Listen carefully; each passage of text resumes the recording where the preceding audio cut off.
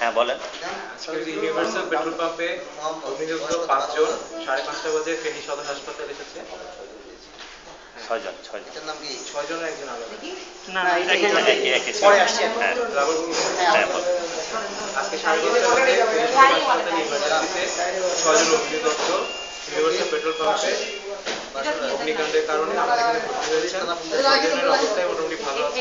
একজনের একটু বার্নের পার্সেন্টেজ বেশি। তারপর ট্রিটমেন্ট এখানে দেওয়া হচ্ছে। সবাই আশঙ্কামুক্ত আছে। কার কত পার্সেন্ট কার কত বলে? আচ্ছা, এখানে হচ্ছে যে মোহাম্মদ হারুন নামে হ্যাঁ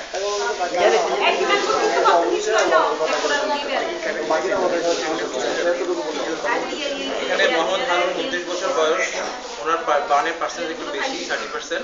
আমরা আপাতত এখানে ট্রিটমেন্ট দিচ্ছি। যদি খারাপ হয় তাহলে আমরা চিটাগাং রেফার করে দেবো।